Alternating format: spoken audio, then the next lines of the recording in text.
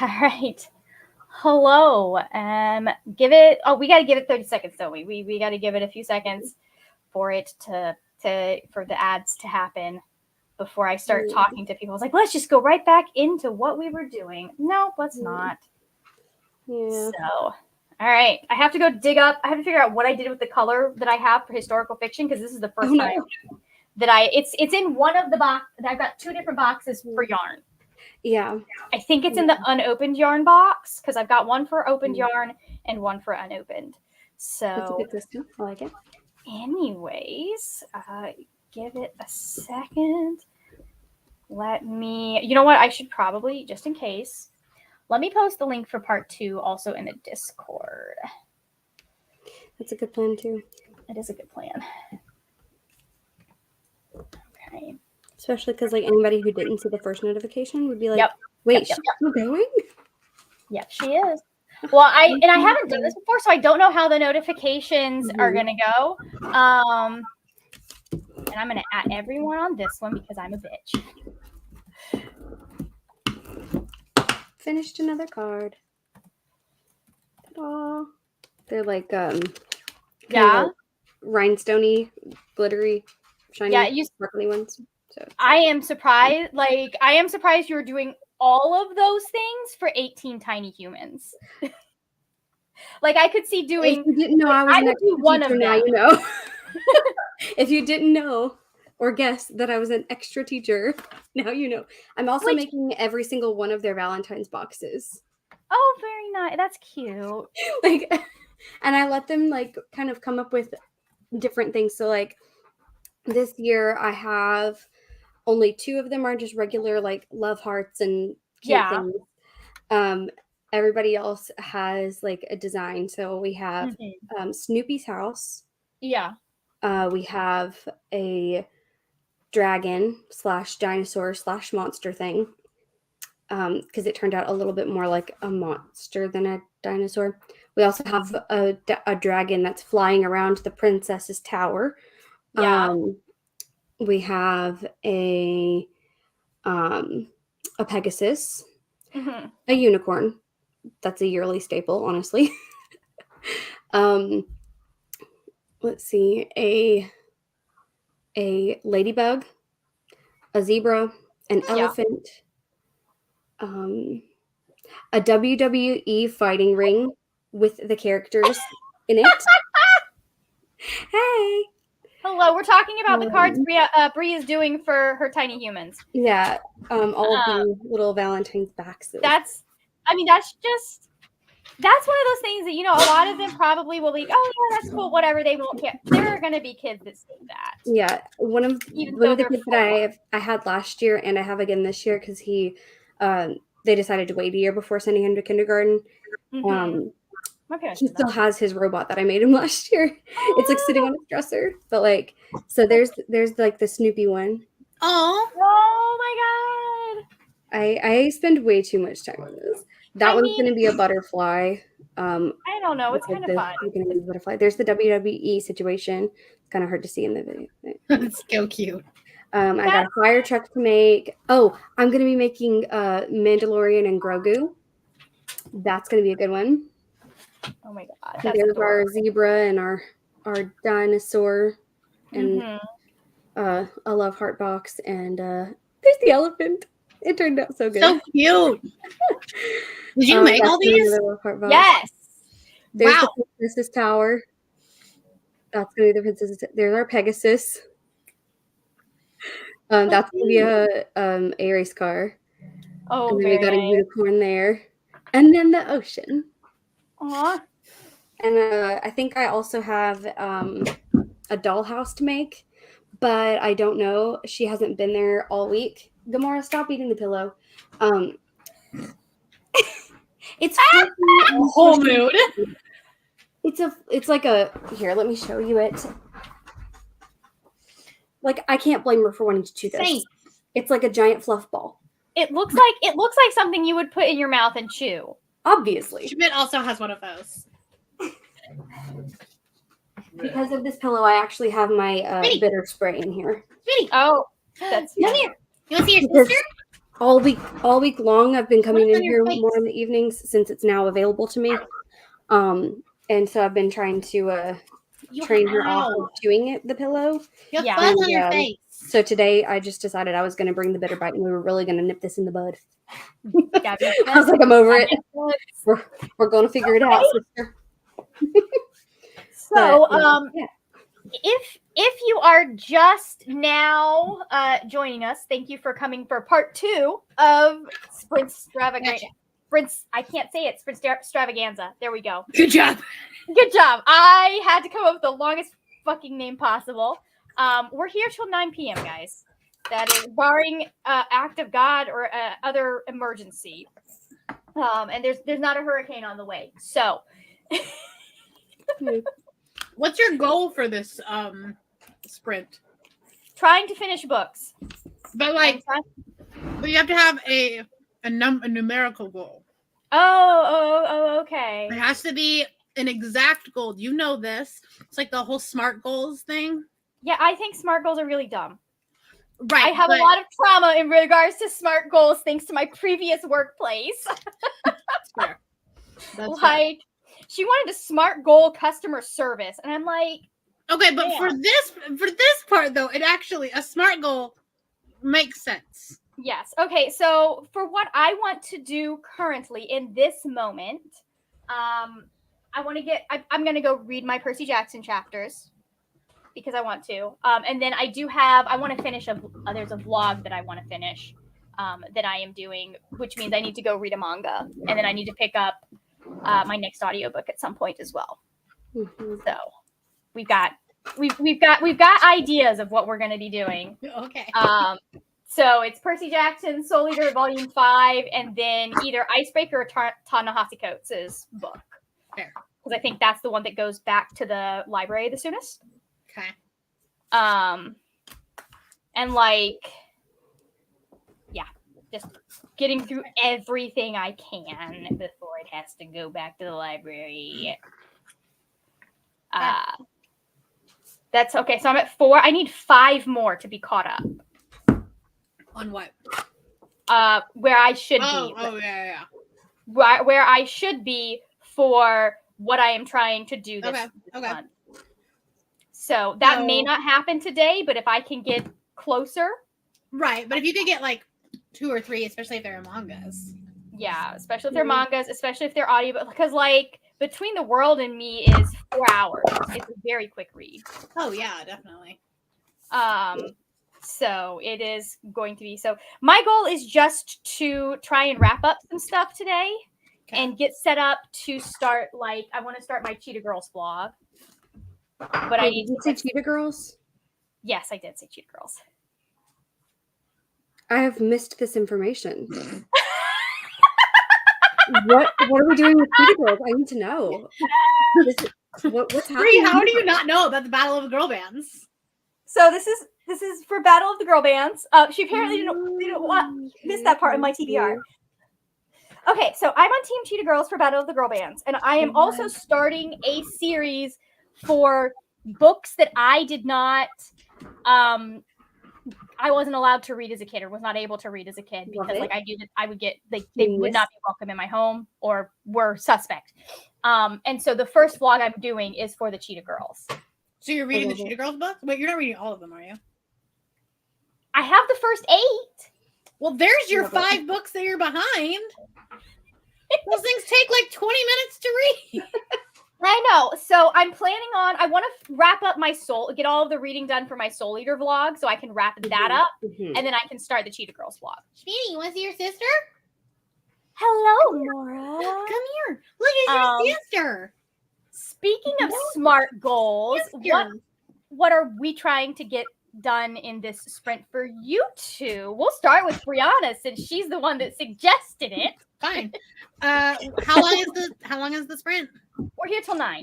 No, but this specific sprint. 6 hours.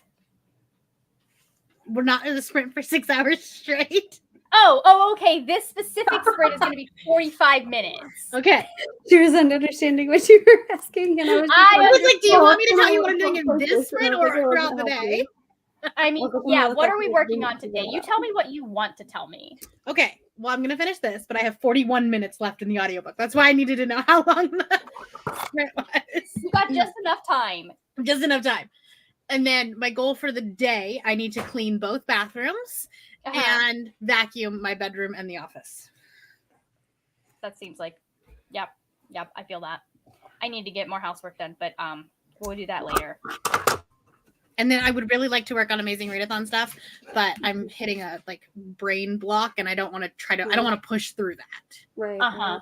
So, I mean, sometimes it's okay to let the brain block win for a day. yeah, and that's the thing. Like, if I try to because I'm literally like I'm trying to find the cities, and I'm reading through the city stuff, and I'm like, that doesn't sound interesting. It's not sparking ideas for a prompt, and I don't want to like shove something in that doesn't actually make sense. Yeah. Do the Marie Kondo if it doesn't spark joy. That's one of the things I've learned is that sometimes you've got to let the brain sometimes the brain block is that you don't want to do it because it's scary, and sometimes the brain block is Jesus fucking Christ, give me a rest. Please let me. Yeah, it's just please think about something else. Yeah, I think that's what it is. That as I'm like focusing on it too much, I thought I'll probably just focus on something else for it, but I need to do the housework stuff first. Yeah, and then I can be like, yes. So and when I come back every sprint, I have to have at least done something productive other than switching laundry, because that's not actually a productive task. Okay. I mean, it gets your laundry going. So, well, yes, but unless I go and also fold the laundry that I took out of the dryer, then I'm just like accruing a large. Okay, so pile here's what I'm hearing is that if you switch the laundry, we also need to hear that you also folded the laundry. Yes. There we go. And let's be honest, folding laundry is sometimes when we get our best ideas. It's true. It's true. And if not, it'll be when I take a shower tonight. It's amazing how you'll be like, I can't. Okay, I'm just gonna go clean something, and while you are cleaning the thing, your brain goes, okay, so here's the deal. This is what we're gonna do. I have literally the entire. Well, I don't know if Amazing Readathon was a shower idea, but Face Off Weekend definitely was. I do believe you. If I remember correctly, you did mention that this was an idea I got in the shower. Yes, the Tell All video was definitely a shower idea. It was either that or on sprints. Yeah. And I think it might have been on sprints, because I think I was on sprints with Brittany and Neva at the exact time that it like kind of like concreted.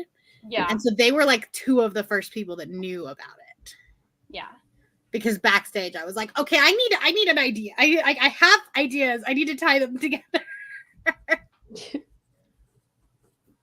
I feel like I have a vague memory of this, but I don't know. Yeah, you might have been there too. It's because I feel like this idea happened, but I don't know if it's just because we've talked about it so much, or if it was because I was also that. So, I need to sit down and do some February content planning too at some point. Yeah. And Amazing Readathon is going to be in June this year. Yes, that I knew. Oh, there was a comment about it. Oh, yeah. Okay, sorry. Speaking of comments, I should probably get to those. Yeah, hey guys, when you're in charge, you have to actually click on the comments. Yeah, I do. But we were having such a good conversation. No, it was funny because Monday night was like the first week in a week and a half that I had hosted sprints. And I was like, oh yeah, I'm in charge. I have to like talk. I mean, it was very funny because I'm back in charge of our Dungeons and Dragons group. DMing, and it was very fun because I was like, oh, I have to be the one to do these things. Right. It's my job to check in with everybody and make sure we weren't able to do our game because okay, so get this. My brother sends me a text message that says, hey, speaking of D&D, would you be open to us not like moving things from Tuesday night? Okay, that's very vague, right?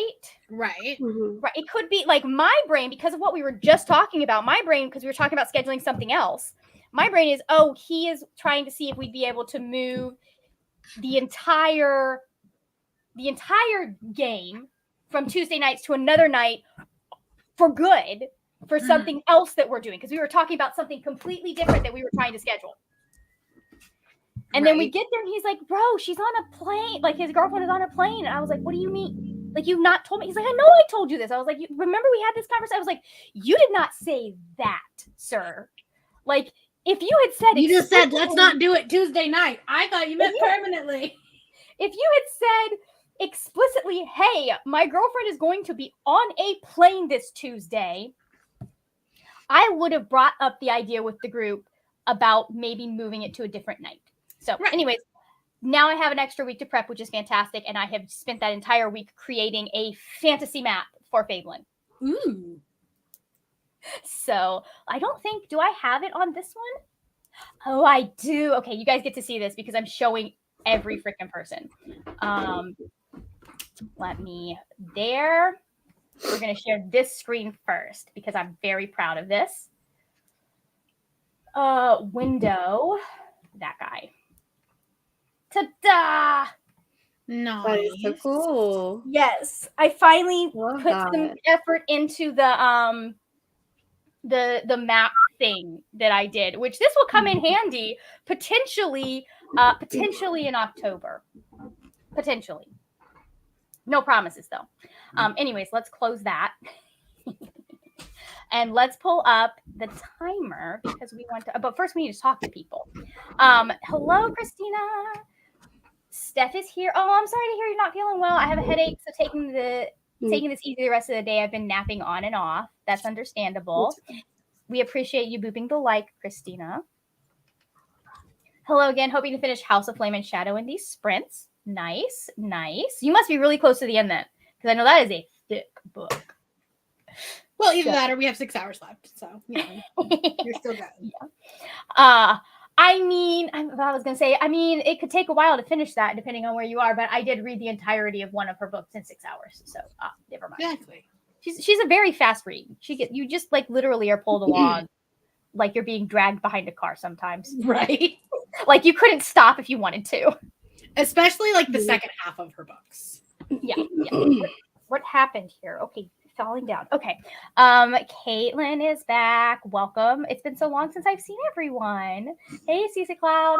I'll be reading Hell Followed with us on these sprints, trying to finish it in one sitting. Very nice. I want to do another one of those at some point, but we'll see. I believe Bree already showed us the pictures of the Valentines. I assume this is about the Valentines.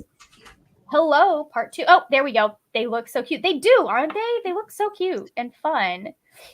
I need to finish my book, post on Instagram, and then I want to start something else. I understand that. Yeah. We already discussed when Amazing Readathon is going to be next year. This year. June. This year. It's going to be Pride themed.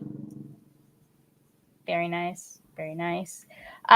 Bookshop Boy says, hello, happy to join tonight. I am relaxing reading a very old book, Bedknob and a Broomstick. I feel nostalgic remembering that the movie Disney made out of it. Interesting. Thank you very much, Jen. I'm really enjoying how this is working out for me. I think that was the map. Oh, was it? Okay, yeah, the map. Okay. I forgot. I completely forgot I showed that to you guys. Like, it's really bad because my brother is one of my players, and I have been, like, sending him little snippets of the maps I'm making, and I'm like, it's fine. His character kind of knows some of this stuff already. There you go. Because his character has been in this world for 2 years. Versus, I think, we have 2 characters that have been in the world for a while, and then we have 2 characters that have just come into the world from other places. 250 pages left. Oh, yeah, that's doable in 6 hours. Absolutely doable in 6 hours. Brianna, what are you crocheting? This is my genre blanket. And it looks so I love all the purple, Brianna. It's very folklore. Look, Yes. this is truly folklore.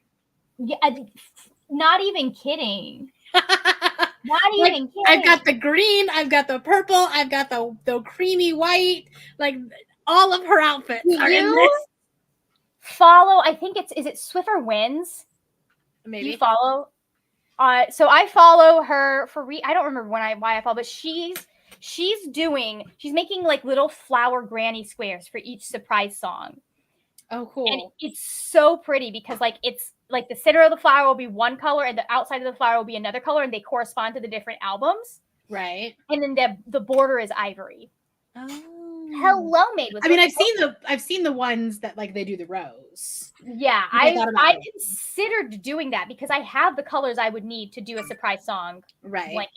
but like, how many blankets do I seriously need? That's the thing. I'm like, I don't need another blanket, and also like those colors don't match in my house. True facts. True facts. So what I'm hearing is you should do like a muted Your Colors version of Taylor's album colors. I could, but I'm limited by what Michaels has. Yes. Do you have a Joanne Fabrics where you are? Like downtown, so it's like 30 minutes away. Okay. Because they have a yarn that's very similar. Their brand yarn is like, it has so many colors. Yeah. The Michaels does too. It's just like they're not their primary colors tend to be like very bright. Yes, that is true. That is true.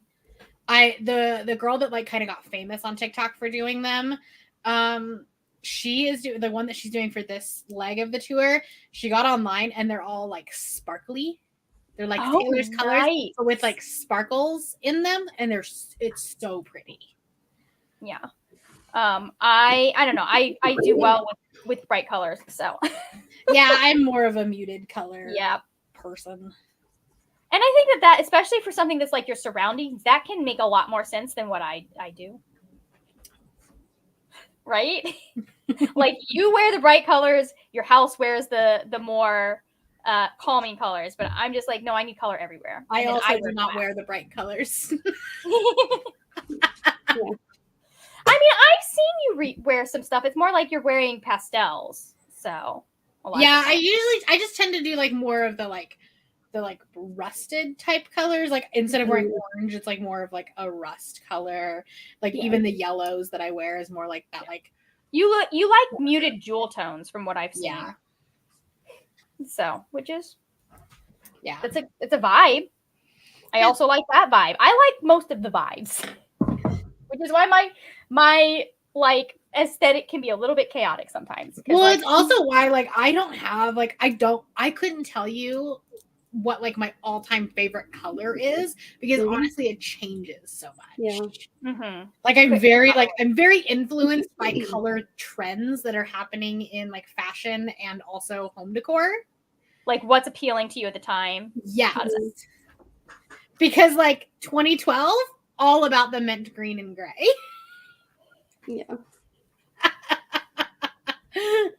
That's funny. I'll go through maybe now.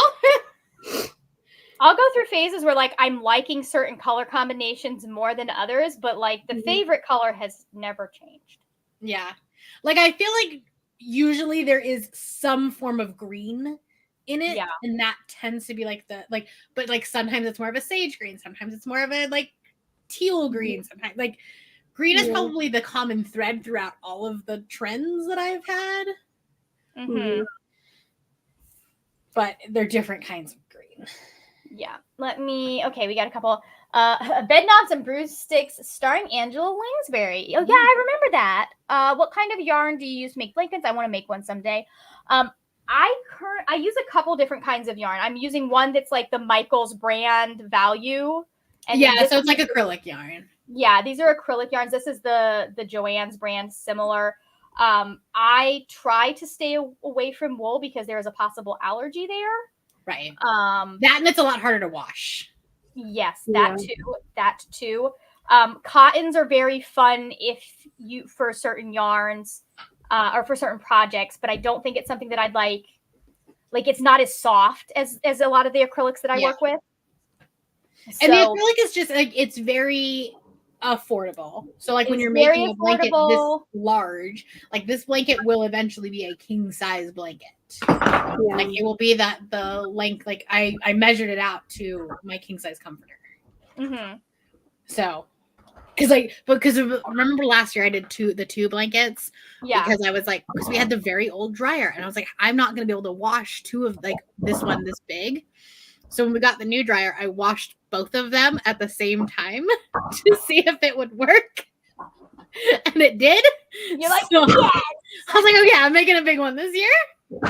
Beautiful. We love to see it. Because last year's blankets go on the couch and they're like very much my living room colors. And then this one is more of my like bedroom because I have a salmon pink color duvet. Yeah. So this will look really good on top of it.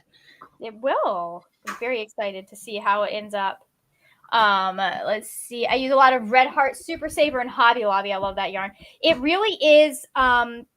When it comes to yarn, a lot of it comes down to personal preference. I know people that think that acrylic yarns are very scratchy. This is very soft to me. I was say, but I've had problems with the Red Heart being scratchy. Yeah. But this one, I don't know what the brand, whatever the Michael. Impeccable. It's the loops and threads impeccable. Yep, that's it. Which is I'm the like, Michael. I can see the label, just can't see words right now. Yep. I have exactly one skein of that I wrapped up and was using for some stuff. And they ended up, I don't remember why I chose not to go with them for my blanket, but I chose not to.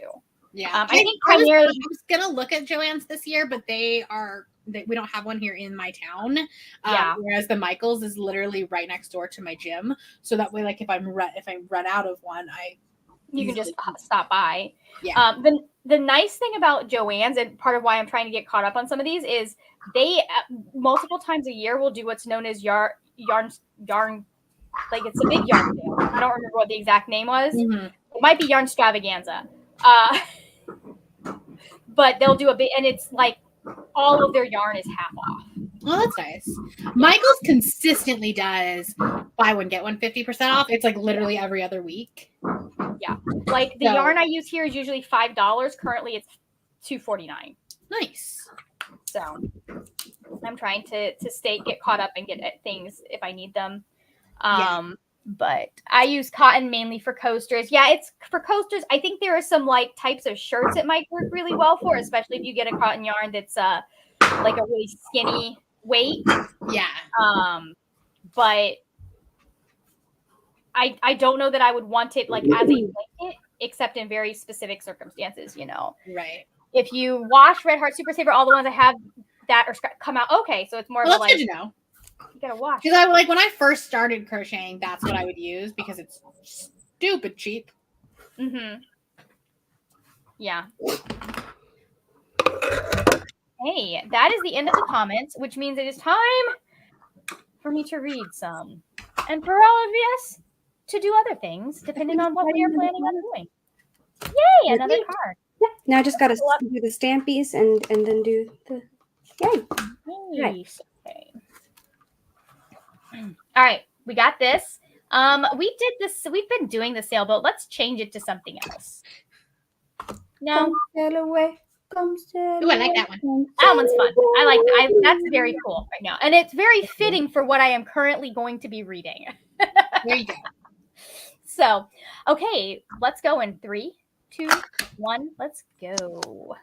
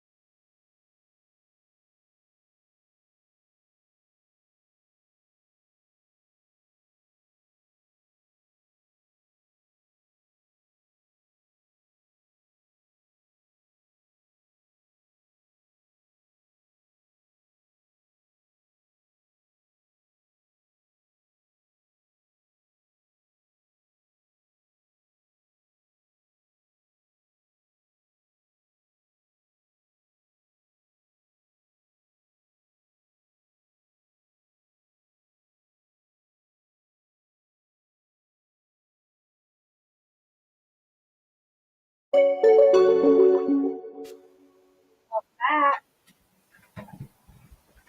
read some. Good job. Hooray! We are. It's very funny because it takes longer to get, like, it's taking longer than I remember to get places in this book. Like, I could have sworn that a lot of the event, like, we're to Cersei's Island. I could have sworn that happened so much sooner in the book, but you don't feel it, if that makes sense. Yeah. Like, we spent a good amount of time setting up camp and what's going on in camp, No. which is important and necessary. But it I don't like is. those. Anyways, I read 23 pages that time. How did everyone else do? I was doing good, but then I just spilt my drills everywhere. Oh no! On the bright side, it wasn't like super full because this particular color I didn't need a ton of. So like, I mean, it's not the end of the world, and I did have a lot of them already like in the tray. So at least there was that, but like also sad. I did read, and I am now 60 pages away from the end of the. Oh, you got this, which I'm very excited about.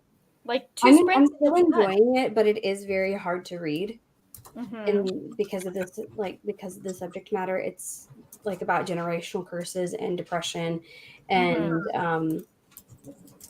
yeah, it's heavy. So it's like it's hard to read emotionally. Yeah. So it's like when you're thinking about reading and you're just like, yeah, let's go read. It's kind of like, honestly, it's more like preparing to go to therapy instead of reading is like the vibe of that's how it feels. It's like you're getting ready to, it's like work. It feels like you have to go to do some work on your brain. It's kind of the vibe that it gives. And like, that's not a bad thing, but it is different for a book. You know what I mean? Yeah, no, that makes sense. That makes sense. So, but I am enjoying it. More very nice. Please. Thank you.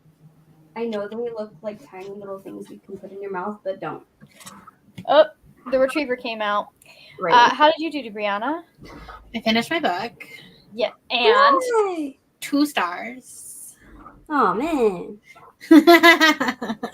Oh man. It gets better, huh? I mean,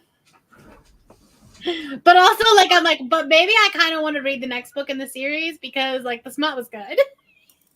Yeah. And the second one's not a second chance romance. So like you might like that one better. I might. It's actually like a single dad and a nanny romance. Oh, okay. So like maybe. And I switched my laundry and I vacuumed my bedroom. Very nice. Epic. I didn't feel like folding laundry this time. That's the next sprint problem. Yeah. I don't feel like folding laundry ever. So I don't ever feel right, but that's why I specifically put the laundry on the bed because then I have to do it. Yeah, you either have to do it or you end up moving it into the floor. And well, but I can't do that because I have dogs. Yeah, exactly. That gets it dirty then. So your choices are a lot more limited. Right. 100% support. Because if I put it on in like the basket, then they'll just stay there forever. Right. I have been known to dump it out on my bed and be like, it's fine. I will, like, when searching for things, be like, okay, if I dump it on the bed, I will have to fold it before I sleep. And then it gets to when it's time for me to sleep, and I just go right back in the basket. Just right back in the basket. That's fair. So, it happens. It happens. I should probably start some laundry. Maybe I'll do that this next sprint. Yeah, I try to finish the book. I'll probably get to the sprint after this one because I want to finish. I want to start Soul Eater, and it's hard to do laundry while also, or especially, like read physically while also folding laundry. Yeah. Especially if it's a graphic novel versus like a book, I could maybe manage. Yeah. Realistically, it would be a good idea as well because like by the time that we finish this next sprint, if I have put in laundry, then that will push back a few pages worth of reading into the sprint after that. So then, like, I'll realistically finish this book the sprint after next, and then have laundry to fold. So I'll have time to process the finishing of the book. So that might actually be a perfect plan. That makes sense. I do need to get some of that laundry stuff done, but I also, that's an audiobook thing, and we're not doing audiobook just yet. Right. Yeah. So I'm thinking that I might try to see if the audiobook for Stalking Jack the Ripper is available, because that is on my trash or try that I've been working on, and I read it previously, but I don't remember like in everything, but I remember enough, but I also don't know vibes wise, because like I have the next two books, because like when I read it, it was like back when it first came out in paperback, when they originally put out the paperback for it, and then I got the next two books, and so it's like it was long ago enough that I'm not sure that I would actually want to continue. Yeah. Because my reading experiences with like weird, dark historical things, like there wasn't that as much. Like I hadn't read as much, in like I hadn't had as much experience with those types of things.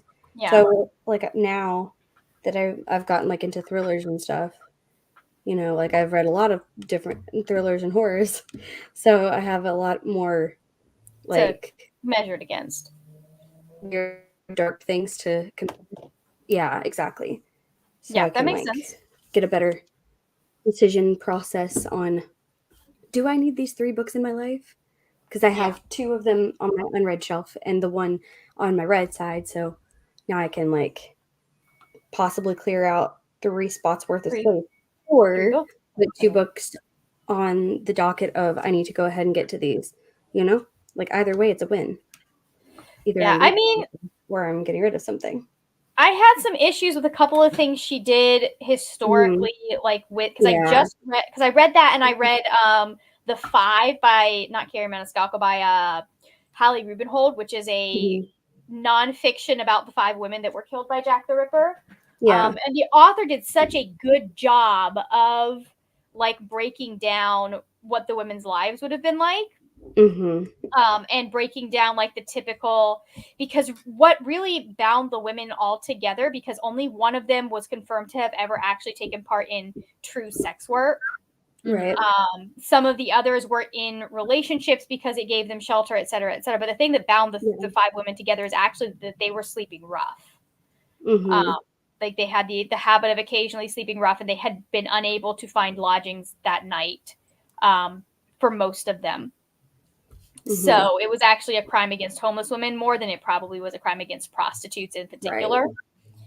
And, ease of access, that kind of thing. So there were some things that like you could tell Hallie Rubenhold's book had not come out when she wrote that book. Yeah. But for the most part, I thought it was okay. She just moved some stuff around historically that I was like, why would you do? Like, you could have just written the book as it happened. Right. In the order that the events happened. Why did we not? Okay. Stick with the already pre-designed and packaged plot that you don't have to do as much work for. Like the timeline is already there. Yep. And it felt weird to be moving around these women's deaths to satisfy her plot versus making her plot fit their deaths. Right, exactly. Other than that, it was a pretty decent book, in my opinion. I liked the main ship. I liked kind of some of the stuff that was going on in it. It was a very interesting and odd book, and I do want to read the second book. I'm not in a big hurry, I guess is what I'll say. But I think I probably need to, because it's about Dracula. So probably need to do that. All things considered, do it soon. Anyways, how did let's see. Did we already ask you how you did, Brianna? I can't. Yeah. Okay, we got started talking, and I was like, I can't remember if we managed to get there. All blurring together. Yeah. Anyways. Okay, let me finish that and then we'll go here. Let's see. How did everyone do? Okay. Amal has joined us. Hello, hello. Welcome, welcome. Just finished my novella With Any Luck by Ashley Poston, then returning to my audiobook, Just One Scandal. 36% in, and then reading The Fall by Louise Jensen, chapter 10. Okay. Okay. Looks like you got quite the list of things to do up there, Amal. Christy just got to chapter 73. Very nice. Very nice. May with Books finished the short story and liked it. Good morning, Mel. How are you? I'm doing all right. You know, reading books. The best way to spend your day. Yeah, absolutely. The best way to spend the next 5 hours. No, almost. Sorry, 4.5 hours. So, I ended up having to frog my book cover because it was too wide, but I know I have the right length. Oh no! I hate having to frog things. I do it all the time because I like things to be correct. That is a janky drill. Oh no! Hello, Candy. Just joining. 74% through Vera Wong's Unsolicited Advice for Murders. It's funnier than I expected. Okay. Oh, I think I'm going to read that next month. Yeah? That sounds like a... Okay. Yeah. I have that on my TBR too. I need to actually place the order. Are you going to do it for Literally Dead Book Club? Yeah. Oh, speaking of which, I need to cancel that Pango order because they haven't shipped it and it's been like 2 weeks. Oh, wow. That's real. Likely they just didn't realize that they... I think I'm doing this one, and I think I might do the March book or the next book. Yeah, April. Yeah, that's the word. Yeah. Nice. I speaking of Pango, so funny story about Pango. I got the Cheetah Girls books because I had to purchase them because my library doesn't have them anymore. Like, no longer owns them. That's fine. I understand. They probably were just kind of collecting dust at this point. Yeah, one of them, it's one of those things that I understand why you've got to take things out of circulation on occasion, especially when they're not popular, but also then that means that no one can discover them. Mm-hmm. You know what I mean? So I'm sure there's a lot that goes into the curation of that and yada, yada, yada. I do find it sad that, like, you know, there's not infinite shelf space and they can't keep more books there like that. But it was very funny because I bought there's 2 omnibuses that collect the first 4 and then the next 4 volumes. Mm-hmm. And I was wanting to read the first 5. And so I went and I bought both of those. And the seller was like, hey, I just noticed that it's listed as a hardcover on my site and not a paperback. And I was like, I paid $1.25 for this. I knew I was getting a paperback. And I just was like, it's fine. I was expecting a paperback because I looked at the picture. Right. You know? I looked at the freaking picture. I didn't even look at like what I looked at the picture and the price. I did not even look at what the format it said it was. I fully was not expecting a hardcover. I was like, it's fine. She's like, oh, hey, good, cool. I'm glad. I've had that happen before where like you scan the ISBN and it like says it's something that it says it's the right book, but it's like, and so then you just don't even look at it and it ends up being the wrong format or something. Wrong format. But anyway, I just canceled it and bought another one that was like just listed 2 days ago. So I know the seller is like active. Yeah. Okay, good. But I have like over $100 in Pango bucks right now. I think I have $1.12 because I used my Pango bucks to get all of the books that I was getting because I used it to get Don't Fear the Reaper. No, My Heart is a Chainsaw from You, and then the 2 Cheetah Girls books that I needed. Yeah. I pre-ordered Don't Fear the Reaper, and I still haven't read it. I just read it. It is so weird. Didn't it come out like 6 months ago? It came out last January. Last year. Yeah, a whole year ago. Yes. Maybe you should cancel your pre-order. No, I have it. She's got it. She just hasn't read it. Like I pre-ordered it, got it, and then I never read it. Yeah. It's I thought you meant like you haven't gotten it yet. And I was like, no, I haven't gotten to it. That feels like a problem. That Okay. would be a problem. I was like, did you Agreed. accidentally pre-order the paperback? It is so good. Yeah. I I kind love of feel like I need to reread My Heart is a Chainsaw before I Yeah. read it because so much happened in it, and I I would feel suggest like that. I don't remember enough. But Don't Fear the Reaper is set in like winter, so I wanted to try to get to it. So I have them both on my shelf, but then I Yeah. haven't been reading, obviously, very much lately. So Well, we'll book see 3 if it comes out happens. next month Yeah.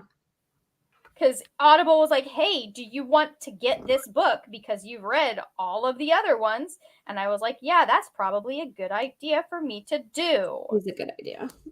So, Good idea. it was so good. It was so good. Yeah. Yeah. That makes me excited. I like.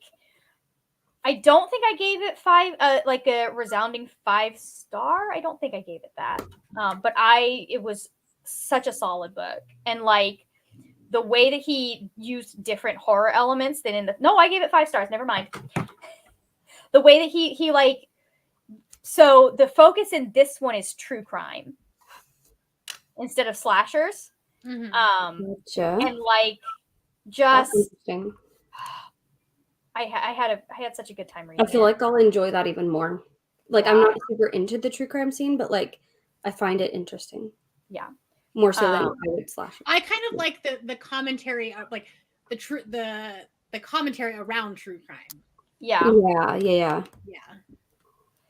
I like for me, there's like 2 different types of true crime. There are true crimes that are actually examining the social issues that led to things and like examining where the investigation, etc., went wrong or whatever.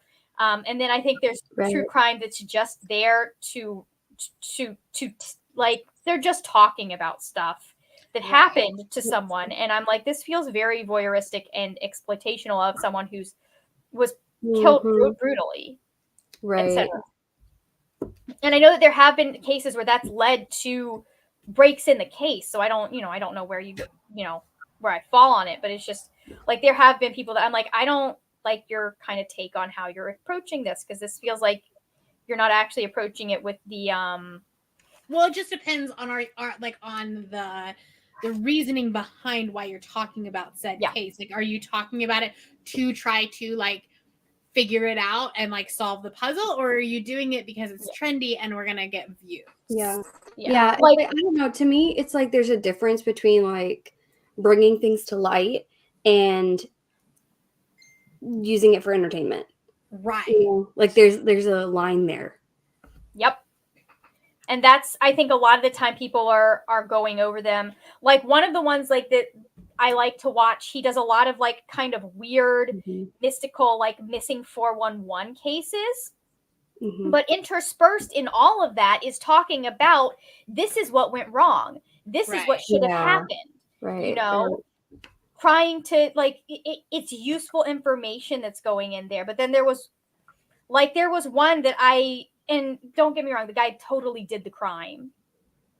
Like there's incontrovertible. They found her body on his property. They found all of this stuff. Like, but she was talking about this murder that happened and the fact that the police show up at his door. He is someone who's already had previous experience with law enforcement and been in jail for something very similar that did not end in someone dying. And so when they came up to his door, he was like, well, do you have a warrant?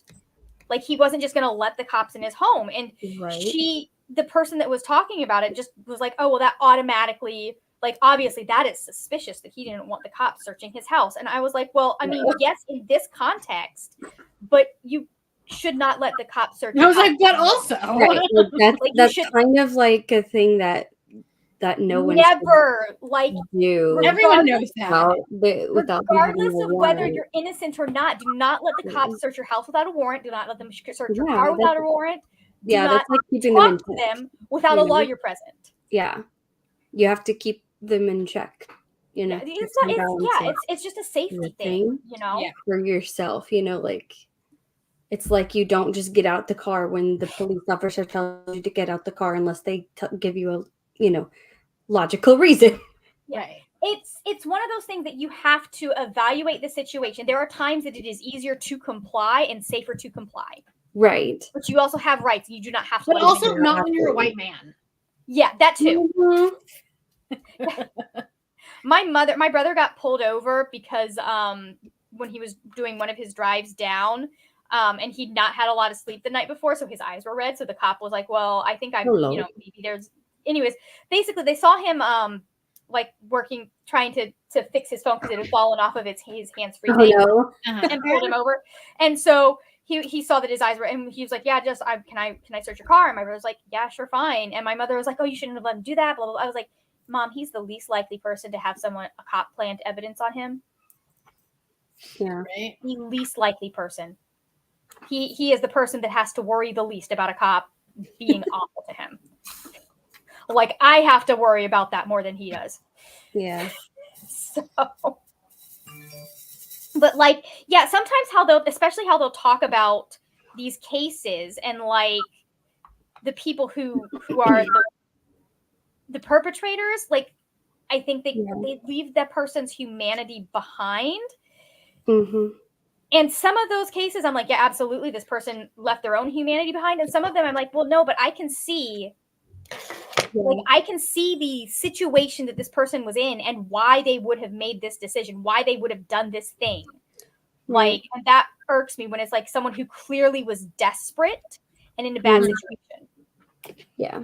So, Yeah, like some people, it's like, it's also, you can see that they were either trained up into it, like kids who kill their parents and stuff like that, like, yeah, you can, like, there's a lot of times where you see, like when they tell all the backstory, it's like telling you basically what toxic situations that person was in. And, especially for like younger people or for people who are suffering from,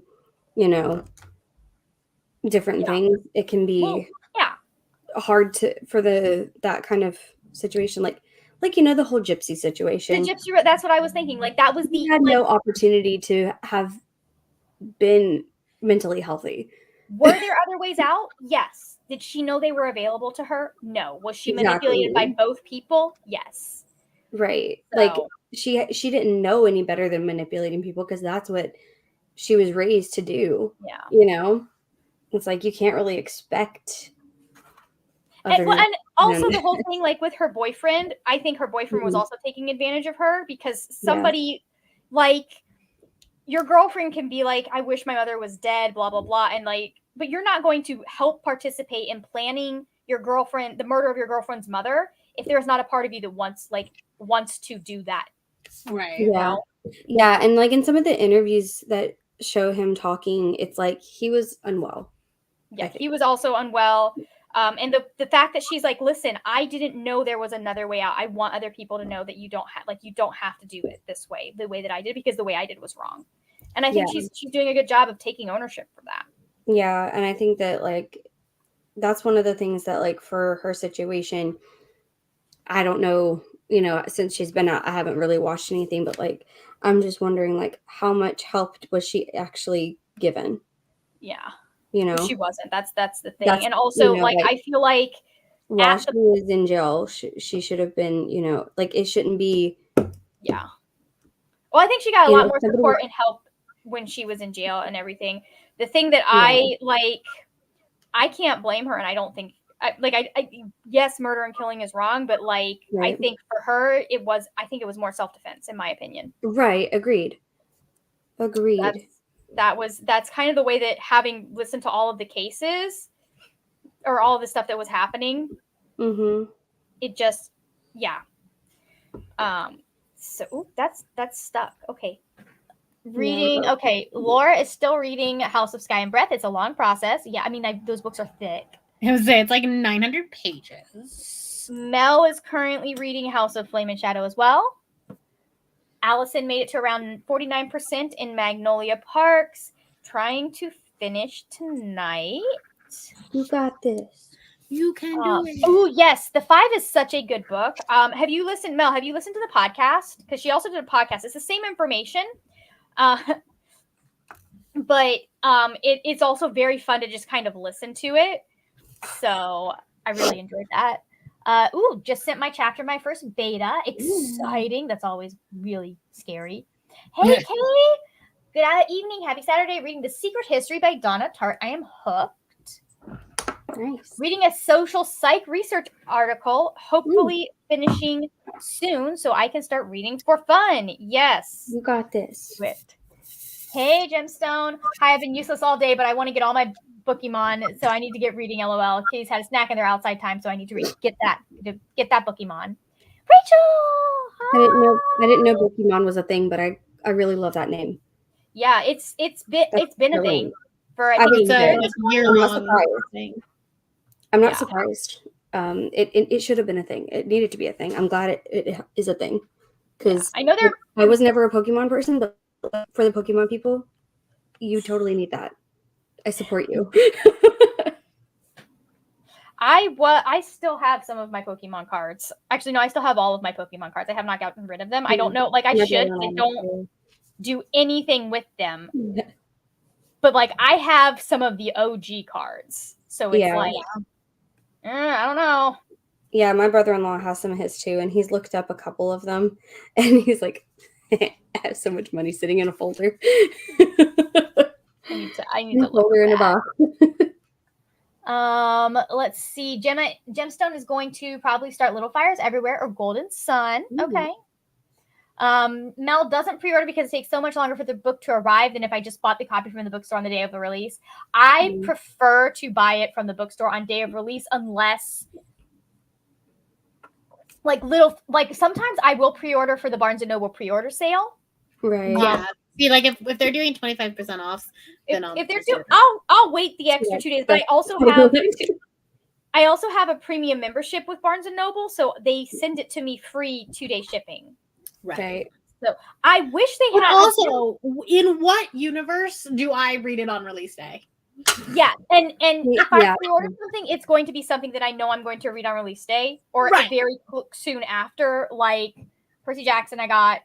Well, actually, no, I forgot to pre-order that one, so I had to go and get it from the bookstore, and they didn't have any when I went to Barnes & Noble. I had to get it from Target. It's better for my wallet if I pre-order instead of going to the bookstore. That's one way to do it. Especially because, like, I have a set number of books that I pre-order from the beginning of the year. And then if I get to a certain point in the middle of the year and I haven't been buying a ton of books, then I can say, okay, I'm allowed to get all these other things that I wanted and didn't buy. And select a number. And so I can because this year I'm working on it. I'm working on the whole read books before buy books. So this last beginning of the year so far, I haven't been reading a lot. So realistically, I should not be buying a lot of books. If I'm buying more books than I have read so far this year, I should probably not. You know what I mean? Like, balance. I understand that. So, like, for me, like, I knew I wanted Painted Devils. I pre-ordered that because of the pre-order incentive. Like, if there's a pre-order incentive, I will definitely pre-order. And also, if it's I remember in time for the pre-order sale, I'll pre-order. But not always, because I'd rather I'll go day of in the store if I want to read it day of most of the time, because you get it faster. So, let's see. Books and Jams. Hey there. Welcome. Hello. Got my Saturday errands done and fully plan on sitting around the rest of the evening. Glad to find afternoon sprints. You are welcome. I am very behind on my reading schedule that I wanted to have for this month. So here we are. I'm looking to maybe finish one more book and start and get through most of another one. So you could also probably add a manga in there. Well, one of them is the manga. Oh, okay. Because I want to read the manga, and then I want to see if I can't get the Ta-Nehisi Coates book out of the way. Yeah, I think you can do both of those. Especially since that one would be 2 hours. Yeah. At my speed. You can do it. But anyways. Especially if we do like an hour sprint. Oh, I have not. I'll check it out. What is the name of the podcast? Oh, Jiminy Christmas Mel. That is okay, there we go. So they've moved on to season 2, which is about a killer that's known as the Blackout Ripper. But season 1, it is bad women. And then you just want to make sure that you're getting season 1 instead of although season 2 is very good as well. Just make sure you're getting season 1 instead of season 2. So, because originally it was Bad Women, the Ripper Retold. Mm-hmm. And it's like, I want to listen to it again, having read the book. I need to, I'm doing the Ultimate Reading Challenge, and I need to listen to a bookish podcast. So I actually might do that. You could do that. You can also, if you need a bookish podcast, Audio Shelf is a good one. They review audiobooks. I don't know if they're still active, actually. I haven't checked.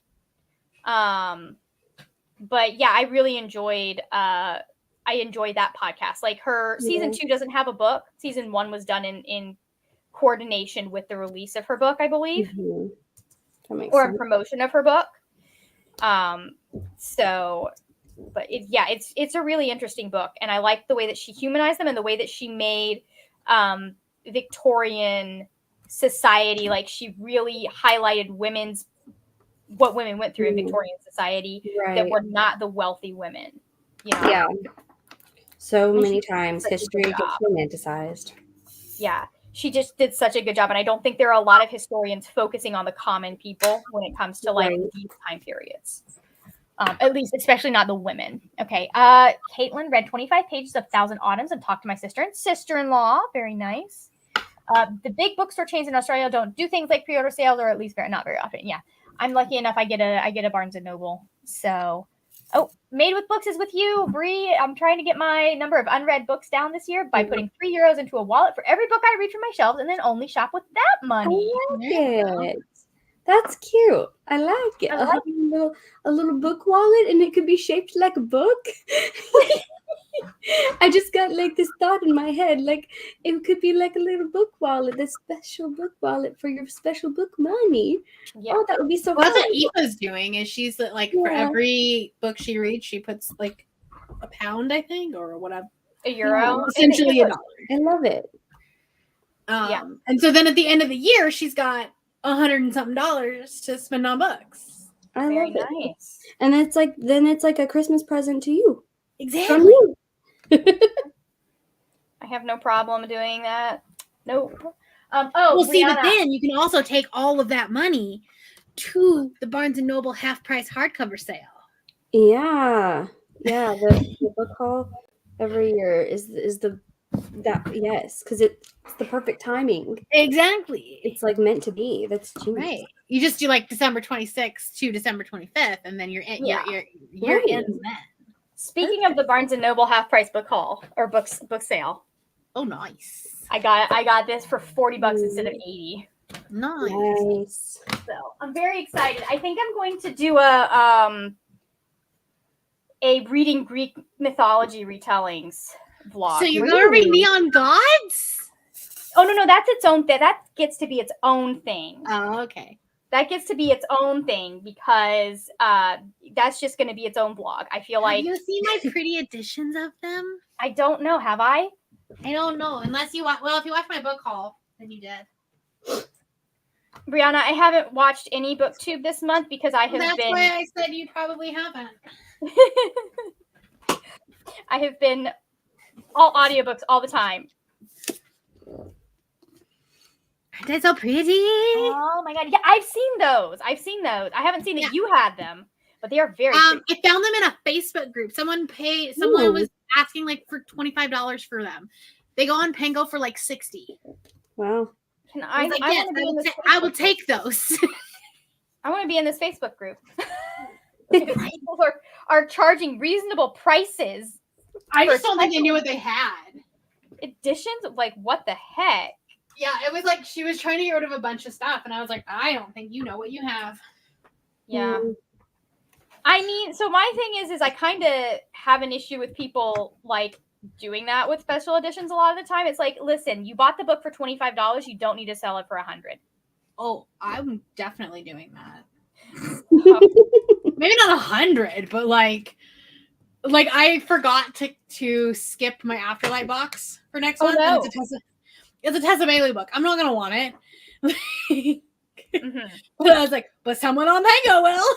Yeah. I can see a small mark, like doing a decent markup. Like I was willing to pay a little bit extra for like when I was looking for Little Thieves. But when I was like, you are charging more than you paid for the entire box for this book, my friend. I don't see the issue with it. Like it's a supply and demand thing. Like this is a book that a lot of people want, that they made a very few amount for. Like they made a very few amount of them. Yeah. So don't hate the player, hate the game. I mean, I do hate the game. Well, especially because I know that a lot of the time, like quite a few people will like get them and then sell them for like resellers will resell for ridiculous amounts. Like they're buying 2 resellers. They're buying it for themselves. Like they're buying 6 of something and reselling. Yeah. It. Oh yeah. But like I do think that people have gotten, or at least like book boxes have gotten better about that. Yeah. Because like Illumicrate, you can only have 1 subscription and they have such a long wait list for it. Yeah. So like it's the special, like the 4th wing when you could go to Barnes and Noble and get 5 of them, which I that's a little bit will not lie. Oh God, you guys probably didn't hear that. My speaker up there, the battery is low, and so all of a sudden from behind me, this woman just goes, "Low battery," and I was like, "Oh my God, there's a person behind me." A mood, ma'am, a mood. I will not lie. I would have, if I had been able to find some editions of 4th Wing that had the sprayed edges, I would compromise my morals. I mean, I have one. I have the Dragon one, like the 1st edition, sitting on my shelf, and like I've thought about selling it, but I'm like, I don't know. I mean, I feel like if any fandom deserves to be minorly taken advantage of, exactly. God, the hissy fit they were throwing when they couldn't get Iron Flame from Fairy Loot. I was like, this is a limited edition thing. Yeah, that's the thing. Like, and that's why the resale prices are so high. Yeah. Because they're like, there's not very many of them. Yeah. Like, stop throwing a hissy fit over the fact that you were not as fast as the person who got a copy instead of you. Right. Like, and there is like a risk to it, because like I have 2 copies of Iron Flame with the black sprayed edges, because I thought they were going to be just as popular as the 4th Wing, and it was I would be able, like, I bought it. It was just an accident. I accidentally pre-ordered it twice. And I paid $16 for it, so it's not that big of a deal because it was on Amazon. But I was like, okay, I'll just like hold on to it, and the prices will start going up on Pango, and I'll get my money back, and it never did. Yeah. So, like, I get it. There's like a risk. There's like certain Illumicrate ones where you're like, oh, this is gonna be like, I almost bought the Bride one from Afterlight because I was like, oh, this one's gonna go really fast, but then like they still have editions.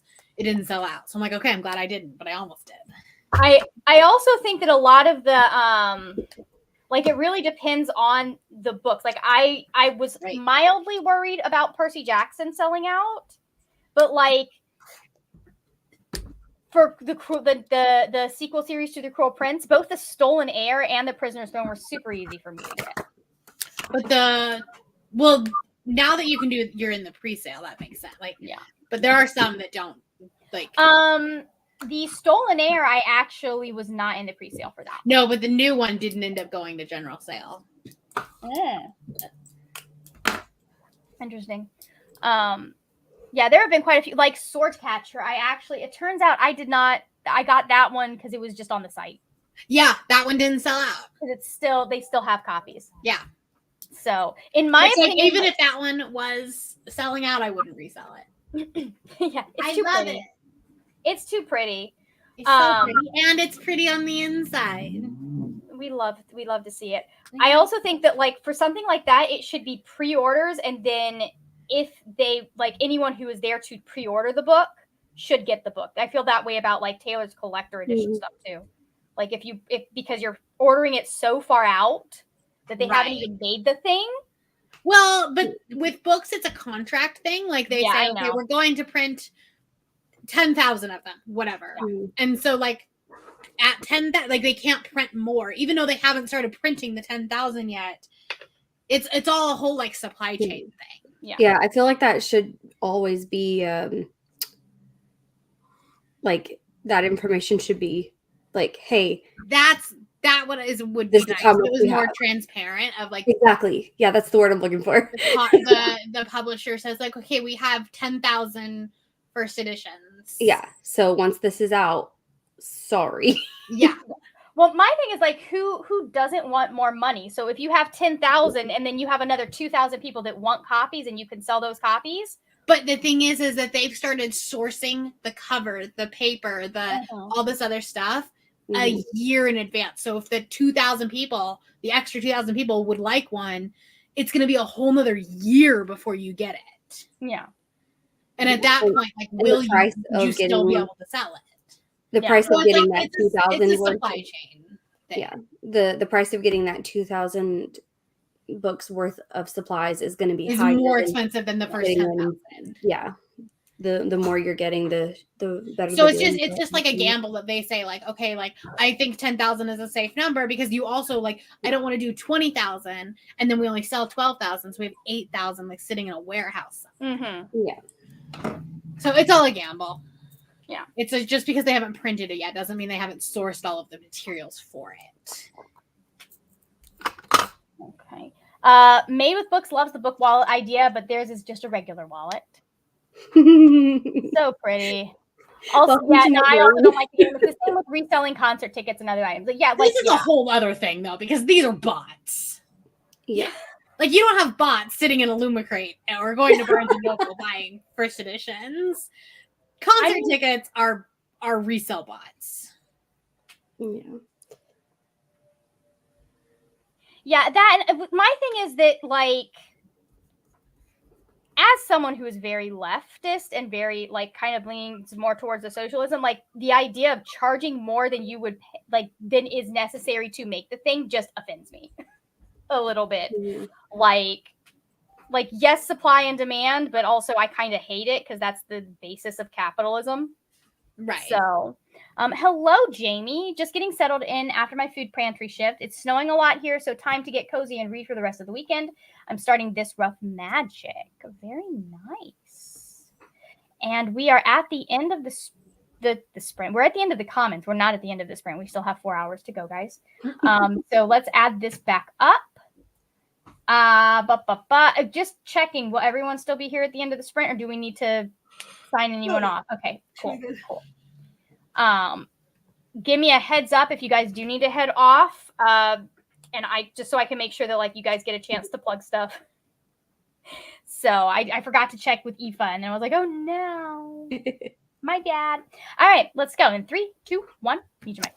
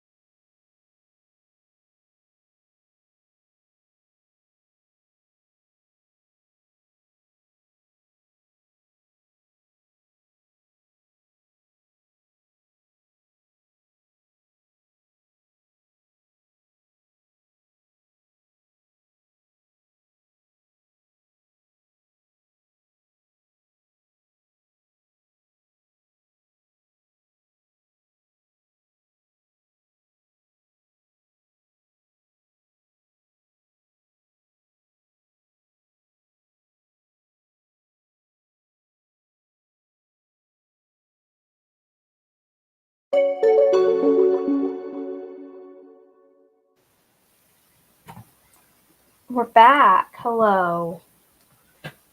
I read a lot of pages, actually. Nice.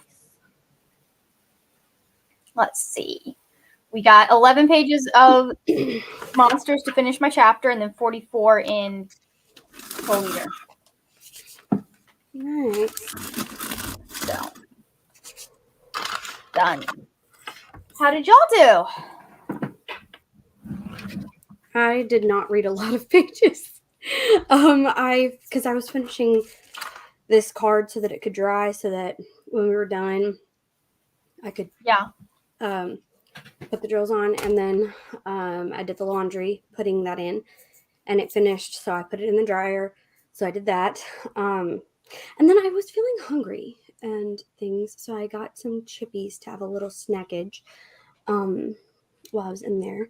But I did get a little bit more. And I cleaned out one of my email addresses. Just like you did so many things. Just the unread emails. But yeah, I did all those things. And then I did read a little. I am now on page 203 of 259. Mm-hmm. So. Not bad. Not bad. Yeah. What did you do, Brianna? I folded a load of laundry. Yay. So that was important. And I read the first 3 chapters of The Red Zone. Okay. Which is also sort of kind of a second chance romance, and I didn't realize that. Oh no! They knew each other. Well, it's like I think this is more just like they knew each other in high school. Okay. And now they're separated. And it's an older brother who has custody of his much younger sister who has Down syndrome. So it's kind of gonna have that and she's there she's her special ed teacher. Mm-hmm. So there's kind of like a teacher romance there. Oh. So it's actually so far it's been really sweet. Yeah. Because it's very much like he's had he's 15 years older than his sisters, and his mom died, and so he has custody over her, and it's it's sweet so far. Mm-hmm. That makes sense. Okay. Very nice. Yeah, I think that's a good way to do a second chance romance, though. They knew each other. It just didn't. They happened to go to the same school together. Maybe they're friends. I don't know. There are some flashback scenes too when they were in high school, so I don't know if there's going to be a romance, but we'll see. We'll see. But like I was saying earlier, something happening in high school and the relationship just not working out seems like a way more believable and better option than him being a shitty person in his 20s and then them getting back together. Right. So let's see. Jen is almost finished. Next sprint should finally get me to the end. Hooray. Very nice. Do I remember what you're reading? No.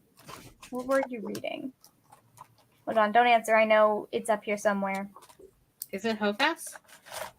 I think it might be.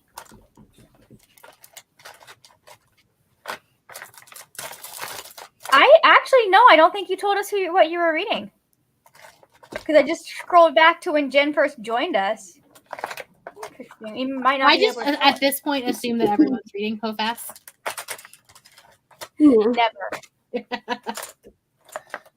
I'd have had to have read the first 2 books, and I was done with Sarah J. Maas after the Crown of. I read the first Crescent City, and then I just never got to the second one, and then when I realized that the third one you have to have read ACOTAR, and I DNF'd ACOTAR. I was I'm done. Yeah. I never read anything after Throne of Glass by her. I read Throne of Glass later. Mm-hmm. When it was when right before Kingdom of Ash was coming out, so it was I was at the end of the tail end.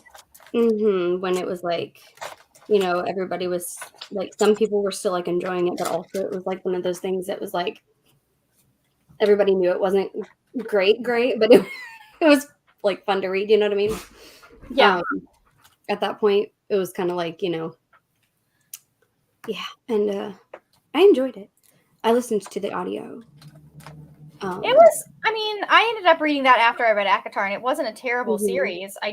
She does stuff that I don't want to support. And like, she's one of the few authors that we know that like, it's not just like neutral statements on what's going on right now. Like, I can, if Gigi Hadid is having to make a neutral fucking statement, I'm not going to fault others who are also doing the same thing. But just the fact that we know she is actively a Zionist and all that jazz, I'm just like, I've got other things to read at this point. Yeah. Right. You know, I've got better stuff to read.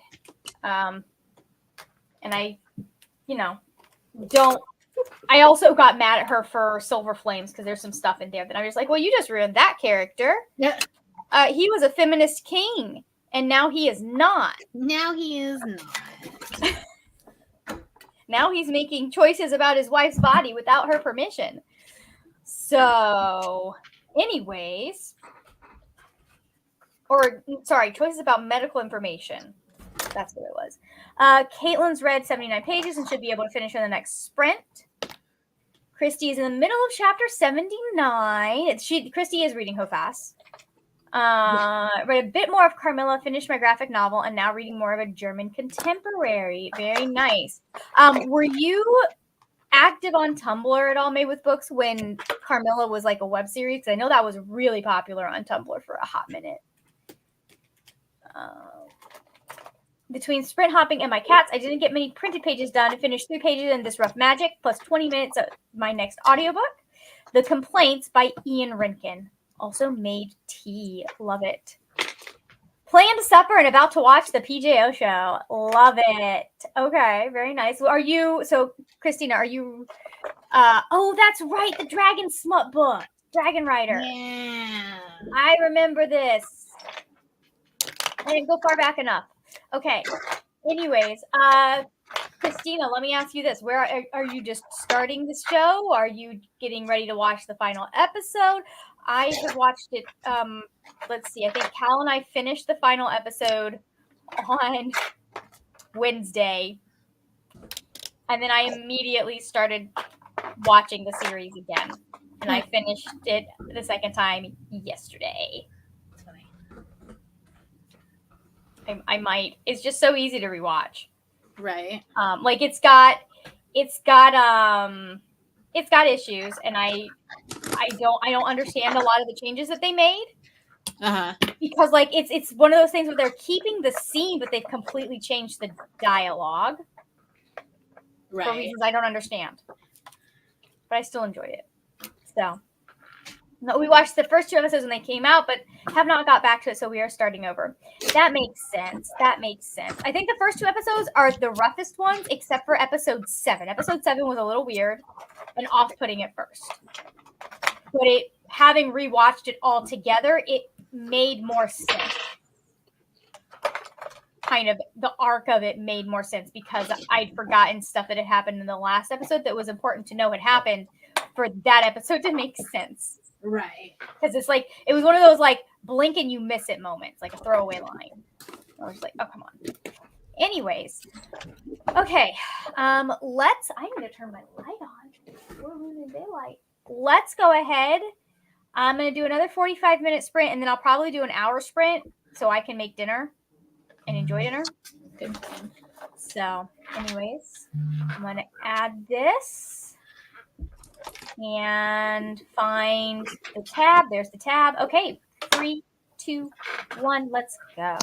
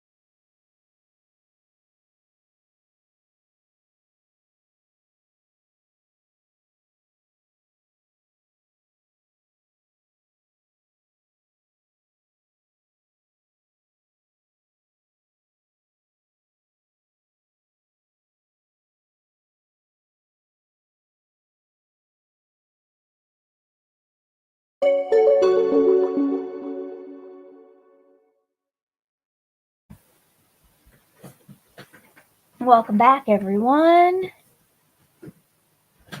We've made it most of the way through. We've got almost there. Okay, so how did we do? I finished this guy right here. 3 stars. It was okay. A book that existed.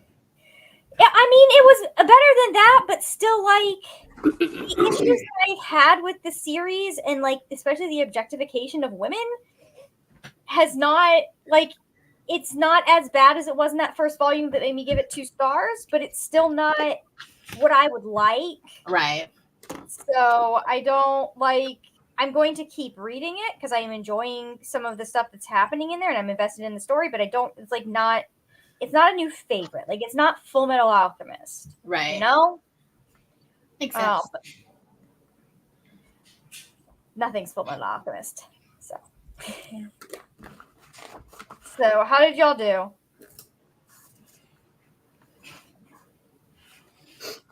I can voluntold someone. We go in a circle. Yeah, Okay. I think that's I am finishing the epilogue right now this second. There's literally this and this, and that's it. okay. So maybe we come back to you.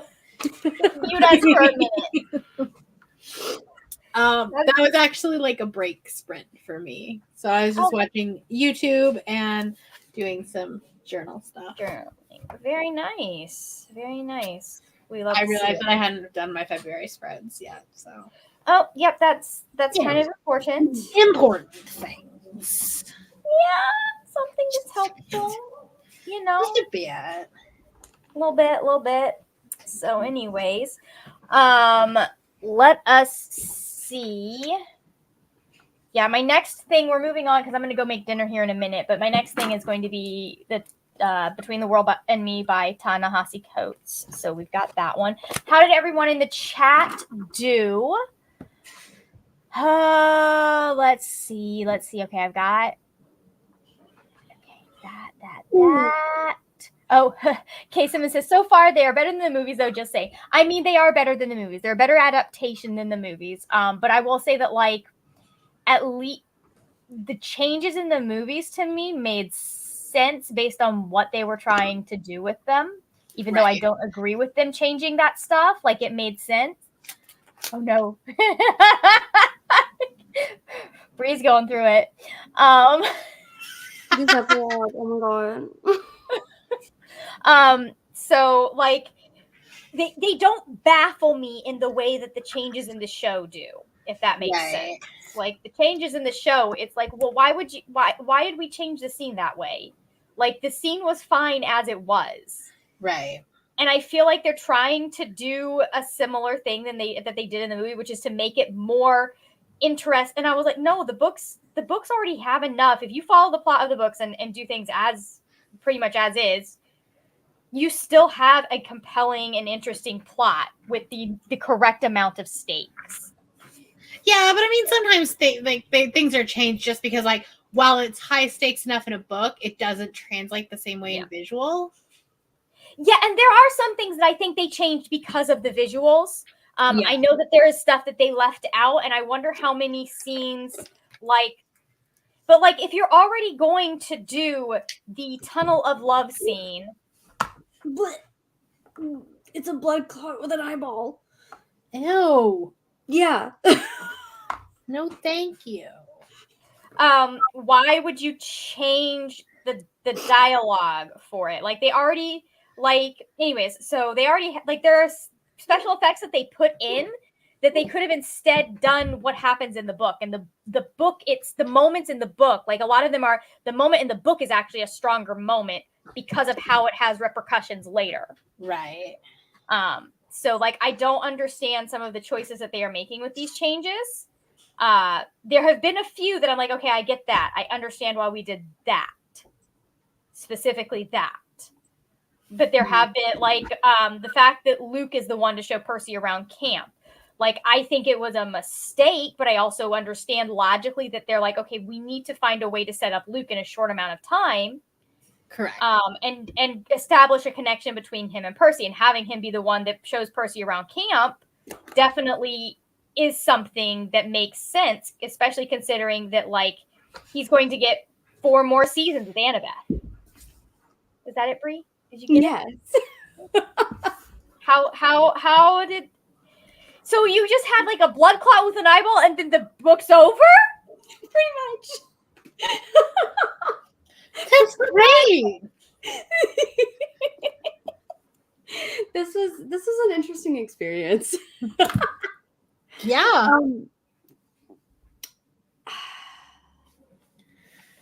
I don't.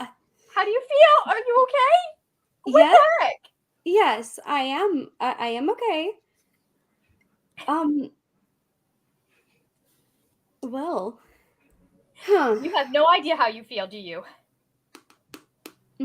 That is correct.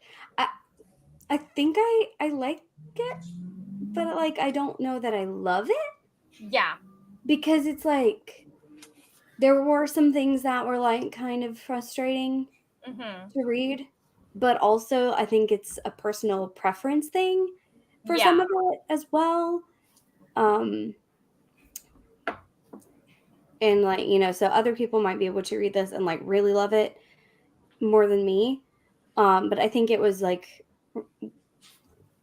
pretty well done, and I liked the messaging. And I haven't really seen a book tackle generational curses like this before. Like really like point blank saying that this is a generational curse and we're gonna break the generational curse, and it being like, you know, like in this way where it was like quite as like clear that that's what What's going on? And there was one part that I feel like was a bit weird. And I feel like the way to end the things I didn't love, because it kind of contradicts some of the messaging. Ooh, that was part of my problem with Cat in the House. Yeah, like I understand in a way what they were going for, but I felt like it was a bit contradictory, like I say, and then there's like that, but then also like the additional part, because it's like a 2-part process of defeating, and so then there's like part 1 was already weird because of the fact that it was like contradicting, but then part 2 I really don't understand. Like it didn't make any sense why that was the thing that you had to do. Like, I liked it. I don't fucking understand what happened. Like isn't that like half of the problem with horrors though? Is that you're like, yep, really enjoyed that. Don't know what the fuck happened. I mean, not like necessarily, because like I don't understand. Stephen Graham Jones, I know what happened. It's like My Heart is a Chainsaw is bonkers. It is, but like I was able to follow the internal logic of that, especially when you get Don't Fear the Reaper in the mix.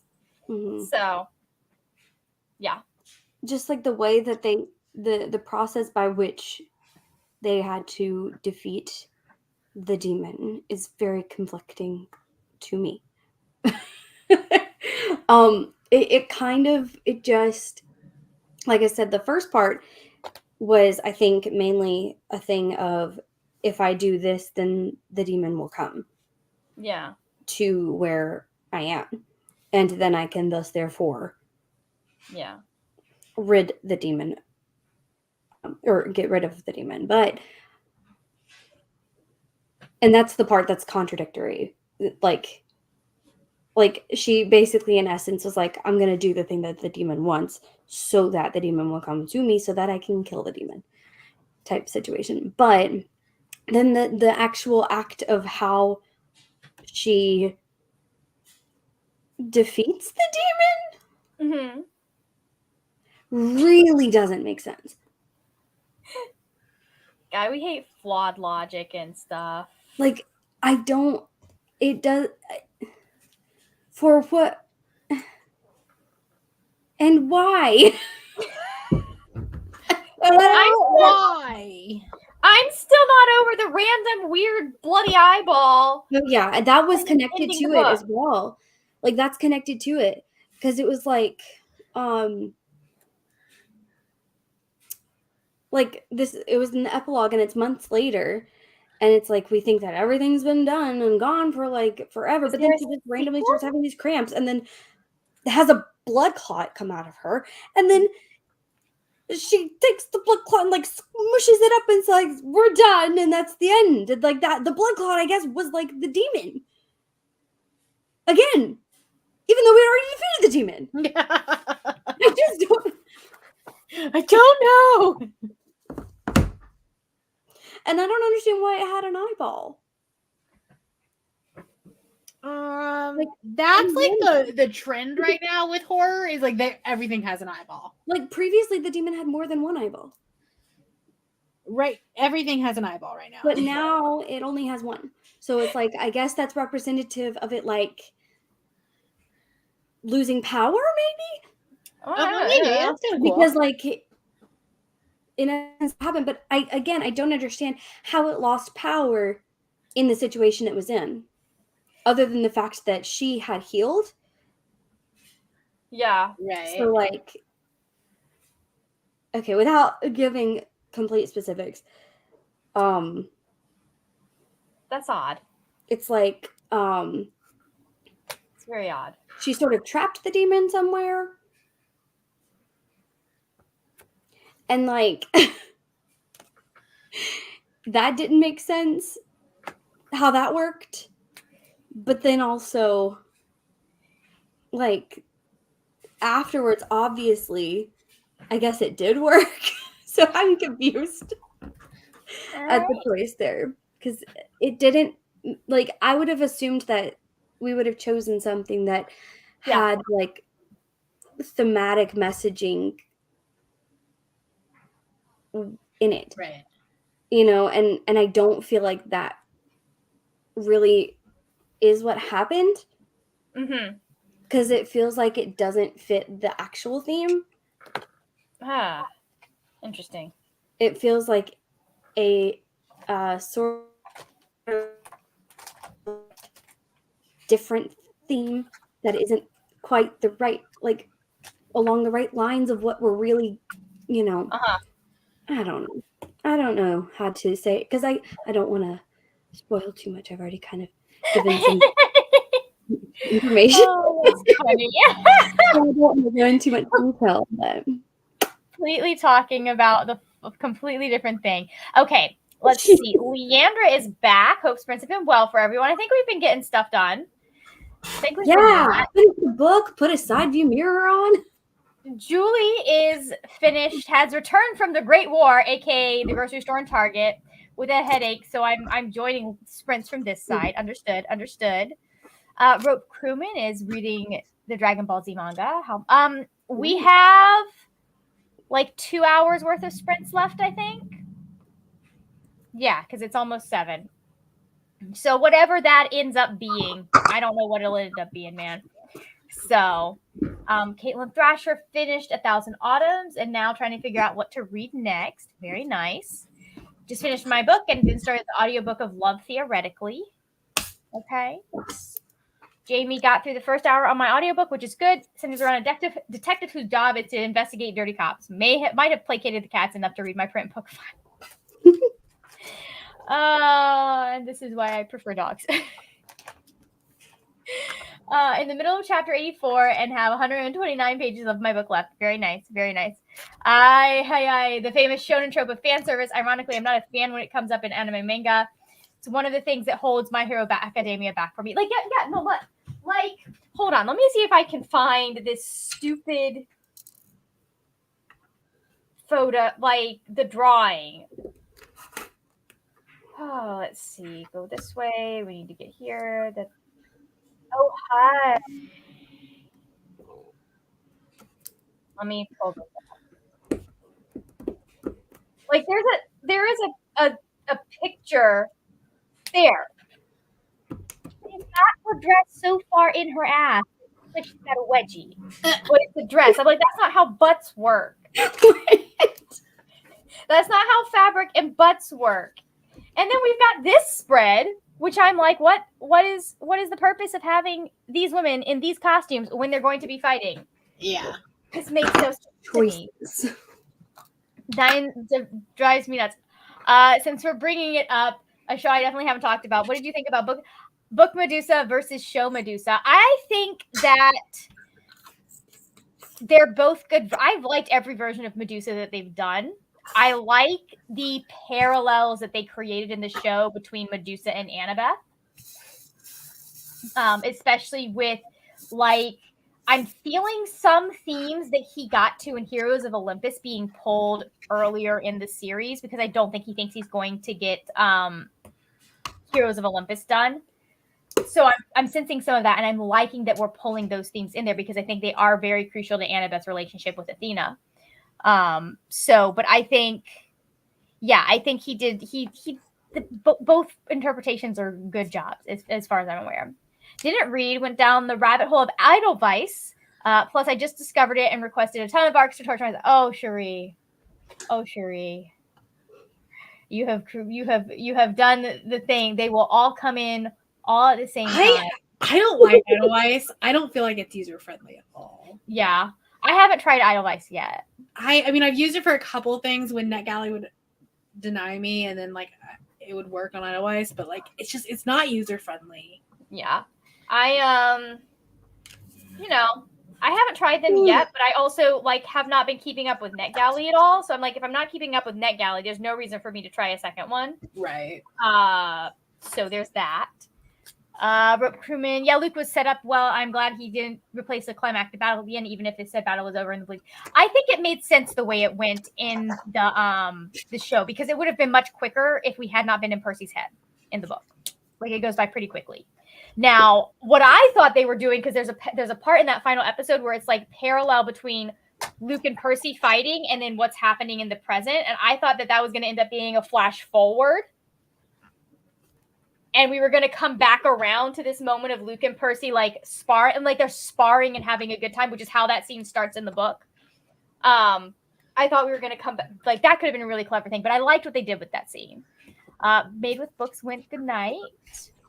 But finally going to start reading A River Enchanted. Very nice. Very nice. Okay. Brianna, I know you need to head out here. Do you have anything to plug on your channel? I just put out a video yesterday answering the question once and for all if I like Icebreaker. And now Aoife thinks, I think I know your answer, considering that Aoife thinks that you have been kidnapped. I don't know. I don't know. It's very funny. It's very funny to me how this book has divided the community. It's funny. Well, then it's funny because the people that are like not in that group that still watch my video were like, wait, there was controversy around this book? And I was like, no, not real. Not real. No, there just was a throwdown over people having differing opinions on whether or not it was a good book. We're just being dramatic. Oh my god, it's hilarious. We love it. We love to see it. Okay. Cherie is fully aware what she has done to herself. I don't think anyone is linked actually in this particular stream, because I don't think I did. No, I did not. So I will go link everyone that's been on so far, which I think is just Brianna and Bree. Once I have to, it's going to make me save it and everything. Okay. I'll do that during the next sprint, but thank you for joining me.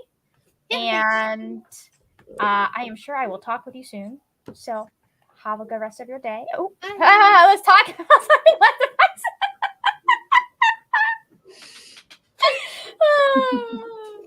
Bye. Bye. All right, let's go into this. We're going to do an hour this time, so I have time to like make my food and in theory, also eat it. Sounds In good. theory. So let me just adjust this real quick. Stay. There we go. All right. I mean, Rogue Crewman, I'm sure you already know my opinion on Fourth Wing, which is it was a book that I read, and it is not worth the hype. That's just me.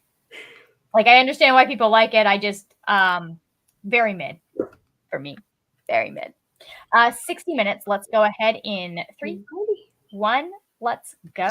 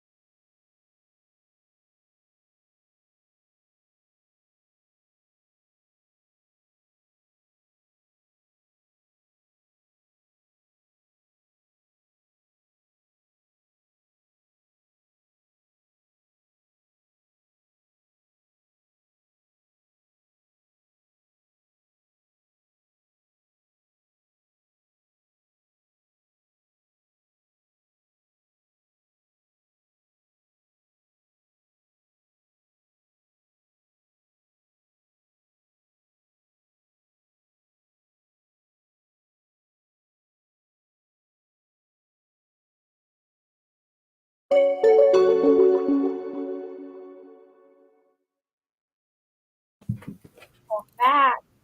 Hey yo. I got a little bit distracted. I had to pause the audiobook to talk to my parents. Mm. And then I got upstairs with my dinner and started working on the thing that I was going to be working on while I was listening to the audiobook. Mm-hmm. Guess what I forgot to do? Listen to the audiobook. I forgot to listen to the audiobook. So I got to page 24. Nice. The way Ta-Nehisi Coates writes is just so good. Like, this is very different from The Beautiful Struggle, because The Beautiful Struggle was like kind of his dad's history, and this is more of a personal history and his experience growing up as a Black kid in Baltimore, specifically as a Black boy, obviously. And it's a letter from him to his son explaining the differences, or talking, at least so far, it's talking about the differences in their upbringing and why those upbringings are so different. And the things that he grew up with, truths that his son doesn't necessarily, the rules his son doesn't have to follow. Not necessarily, like, it's complicated, but like, there are rules that he followed as a kid that his son doesn't have to concern himself with because of the way things have changed. Either, I don't know if it's because like their social position has changed, or he's just different neighborhood, something like that. Yeah. Because we're still really early on, so he hasn't, like, there's a lot of stuff we've not gotten yet. But it is very, like, he just has, there's a poeticism in the way that he talks, just the way he writes. It's amazing. It is, I can already tell, I'm 24 pages and I can already tell it's going to be a hard book, but it's also very good. Anyways, okay. Okay. How did you do, by the way? I did the folding of the laundry. I did the writing of the review of the Alejandra, and then I also picked what I think I'm going to have for sort of dinner, because I'm not like super hungry, but I feel like I need to eat a little something, because then that way I won't wake up in the middle of the night hungry. So I'm just gonna eat an Uncrustable. Sometimes that's what you do, you know, like a true adult. Yeah. I've gotten on the honey and peanut butter kick ones. Okay. A kick of yeah. You knew what I was trying to say, so I'm not going to reword it to be proper. Anyway, I gotcha. So yeah, I did that. Hooray! Yay! Yeah, and I got my next book over here, which is going to be trying to finish Moxie next, which I am like halfway through. I'm on page 170 out of 320. So yeah, halfway through. Max thinks that the honey and peanut butter ones are the best anyways. They are. I mean, I love them. I used to love me a honey and peanut butter sandwich. I cannot have peanut butter any longer. That is so sad. It is very sad. It was like one of the things I wasn't allergic to as a child. And then about 13, my allergies shifted, and then I was. Yeah. I used to, like, honey roasted peanuts used to be my road trip snack. And now. So sad. Now. Just a sadness. Yeah. All right, let's see how we did. MH made it to 16% in River Enchanted. Nice. Christy come back here. Thank you. Got to the middle of chapter 90. Shit has hit the fan. I mean, I would expect it to have hit the fan by chapter 90, you know? Just kind of seems like something that would happen around that time. Okay, that's Brianna would be proud of me. I'm not counting as much any longer unless something seems really off. I'm just moving my little stitch counter up. Because as long as certain stitches hit in a certain spot, like basically I know the pattern of where the stitch marker needs to hit for Yeah. me to know that I have done the correct number of stitches. Yeah. And if it hits wrong, I just go and I recount and I try and figure out where I messed up. Mm-hmm. So that way I don't get too far from a mistake if I make one. Yeah. But anyways, Nice. Julie finished Crush the King and started to get ready for bed a little early. I mean, it sounds like your head's hurting, so that makes sense that you would, maybe tonight should be an early bed night. Yeah. So, Max says, anyone else just chronically rewatching the Lizzie Bennet Diaries? No. I'm currently chronically rewatching Percy Jackson. That's fair. I'm not rewatching anything right now. I am in the middle of kind of limboing my way through shows. Like I take that back. I am rewatching Nailed It. Yeah. And that's been a great time. No, I like I said, I finished the show on Wednesday and then I started watching it again. So, right, obviously. It's the only proper thing to do. Yeah, it's the thing that needs to be done. All right, reached 9% of love, theoretically. Gonna head out now and get ready for bed. Okay, good night. Good Thanks for the night. sprints and keeping me company today. You are welcome. You are welcome for the sprints, Ro. Rope Crewman read chapter 1 of Dragon Ball Z and kept throwing my Switch against the wall. Oh, dear. Not literally because of retro games. Speaking of, why is this popping up? Okay. All right. So, anyways. Okay. That is the end of the comments. So let's go ahead and get another sprint up. Alrighty. Got that. Let's pull this back up. What the fuck? Why is everything thing? It's weird. Everything is like going haywire. Oh, Gemstone's back. Fell asleep, woke up to a neighbor child screaming, started dinner, and disappointed kitty too cold for night walks. Then read some Garlic and the Vampire. All right, here is this. And I should probably hit play. So 3, 2, 1, let's go.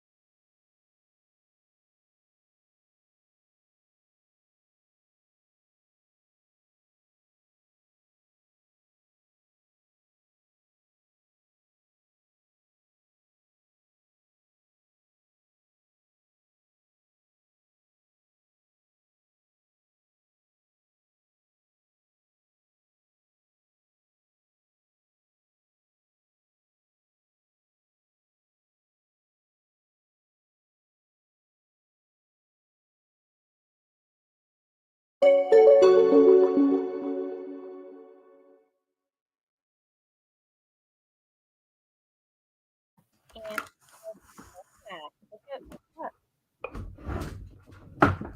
Hello.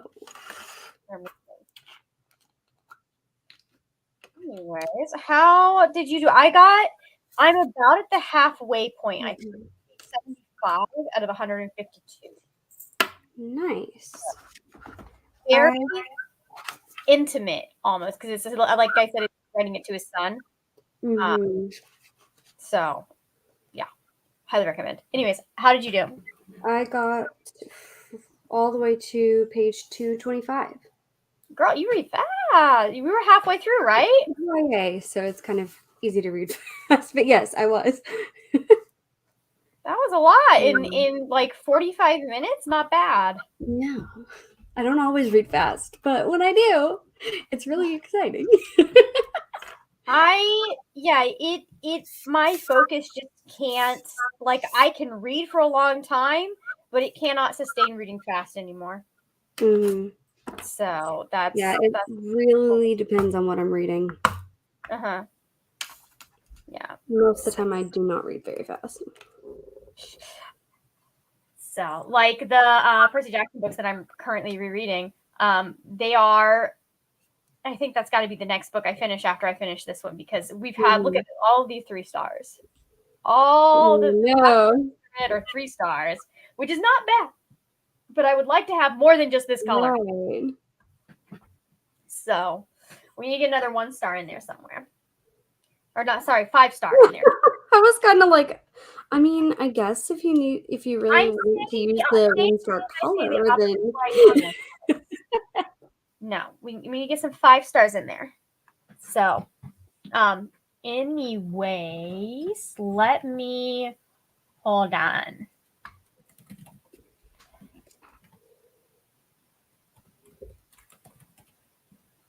There we go. All right. I saved that so you and Brianna are tagged. Let's see how everyone else did. Okay, finished episodes 1 or 2. Waiting for hubby to get back so we can start 3. Jiminy Christmas, Christina. You're making me want to go and watch this again. And I just finished watching it yesterday. I'm not this person. I'm not this person. I'm not even kidding. Like I watched it, and my favorite thing to do when I'm watching a show and like I finished a season and we're waiting for the next is to just go online and find all of the different music videos. Oh yeah. But also a lot of like the music video, because I know this story so intimately and like it's the beginning of this relationship, and I know how much more we have to go before they are where so many of the songs that people love to use for music videos are. It's just very funny because like they're not there yet. They don't even know they're there yet. Like, we know Annabeth has been in love with Percy since they were 12. We know this for a fact. I don't think he has been in love with her as that long. I think he's a little too busy not dying. Yeah, understandably. And like, I think it was quicker for Annabeth to notice because she has so much like just lack of love in her life. So you are welcome, MH. Thank you. I might do these again next week. I'm not sure. It just depends on how I'm doing reading wise. And how, I mean, like, if you guys want to, like, I don't know, put feedback in the comments that we should do this again, maybe I will. Bring them back by popular demand. Jamie got to 35% of my audiobook. I may stick to audiobooks for a little while longer so I can get my reading notebook and reading spreadsheet caught up with my 2024 finished books. Very nice. I need to go get my Goodreads and my Storygraph caught up. Christy says, made it to chapter 97 out of 102. I am so close. Good for you. Also getting really behind on my genre blanket, so I must get to that again soon. I am. Once I get these 2 rows done, because I've got to do, I'm almost done with this rating, and then I just need to add the yellow for the genre. Once I get that done, I think like I will be caught up at least until I finish the next book. So I'm doing very good on this one. Excellent. And I'm really liking how this pattern is turning out. Yeah, it's pretty. Yeah, it's really cool. I specifically was like, I'm going to go look for an easy pattern that looks good as stripes. Yeah. There was some that were like houndstooth and like really cool looking, and then I was like, oh no, but I need something that I can do in a row. And this is like you're going like they were like you're going back. It was really weird how they were doing. I was like, that won't work for what I'm doing. Right. Maybe for something else at some point. I think it'd be really fun to do like the houndstooth blanket with like one of like the color mix yarns. Yeah. So you have the white, and then you have the houndstooth, and the houndstooth kind of changes color as you go. Yeah, that would be cool. But again, I only need so many blankets. Yeah. You know, maybe Yeah. I'll figure out how to make my dog one for when I get my dog, and she can have the pretty. She can have her own little blanket. Excellent. That'll be excellent. Yes. Like I like doing this. I just only need so many of the things that I'm doing. Right. So, and I also already have yarn for like 3 projects that I need to start and do. So, anyway, little Shannon got to a little over halfway through her book. Christine says that, yeah, I felt like Annabeth knew who his father was before he was claimed. She pushed him in the book. She knows it a little bit, but like, I really wish like one of my favorite moments is when she's like, could he? No. It has to be one of the other water gods. It has to be one of the other water gods. It's got to be one of the other water gods. It's got to be that. It's got to be that. Like somebody was, I think there was a TikToker that was like talking about how did it take everyone so long to figure out that it was Poseidon, the god of water? And I was like, no, he was actually the god of the sea. Right. Right. There are also lake gods, river gods, like, and each specific river had its own god. They're like gods of spring. Like they had so many different water gods, like little gods that they did as well. So it wasn't just Poseidon. I mean, just in the ocean, there's like 6 or 7 of them, I believe. Yeah. I might be like, so there were a lot of people it could have been besides Poseidon. But like I wish we had gotten more of the like Athena and Poseidon don't get along very well. Yeah. From Percy and Annabeth. Like Annabeth being like, no, our parents don't get along, so I can't get along with you. Because like that you're my free friend seaweed brain. Any other dumb questions thing was just so my favorite thing. Anyways, Jamie B says, great job keeping up with your blanket. Looks good too. Thank you. It helps that I haven't read a lot yet. After that. So I'm very excited to get to the end of this. I'm thinking about doing the Apache Tears stitch pattern for my next genre blanket, which has drop-down stitches in it. Oh, very interesting. Interesting. And it could have just been a magic god too. Yeah, I mean, like there are multiple gods it could have been. So it was one of those things that I'm like, I understand why reading it, you're like, how did it take us so long to figure out that it was Poseidon? But like, if you know Greek mythology, it's like, no, actually, like it could have been a random river god. You know, could have been like multiple. Hercules got into fights with multiple river gods. Right. I am not. This is going to be it for tonight. And then I will see everyone on Tuesday for my usual Tuesday sprints. You know, all of that good stuff. Do you have anything you would like to plug, Bree, before we go? I have not edited a video, even though I have many a video filmed. So We're not talking about the last time I edited a video. So not a video went up the past, I think, 2 weeks because I just didn't get to the editing part of life. But I do have a Trash or Try video ready to edit. Okay. I have a couple of the author DTR videos ready to edit as well. So I will be trying to get those uploaded. The DTR is, for those who don't know, I'm basically defining my relationship with the author. I'm doing a DTR, define the relationship, but it's with the author. And so it's like talking about what I've read from them before, reading new things from them, and then like deciding Is Do this I someone you want to continue? out there? Do I need to like put some distance? Is this like a committed relationship? Or are we okay with seeing other people? Basically, that's where we're at with that. Oh my god, that's hilarious. I Hopefully, love it. I can get some of those up. I have a Morgan Matson one, and one of the books that I read for that video was Save the Date. So I feel like that should definitely go up this month. Yeah. Because it feels thematic. Yeah. Yeah. You are welcome for sprints, guys. Thank you. I will definitely do the 12 hours again. I just don't know if it's going to be next weekend. A lot of that will also depend on how my week goes.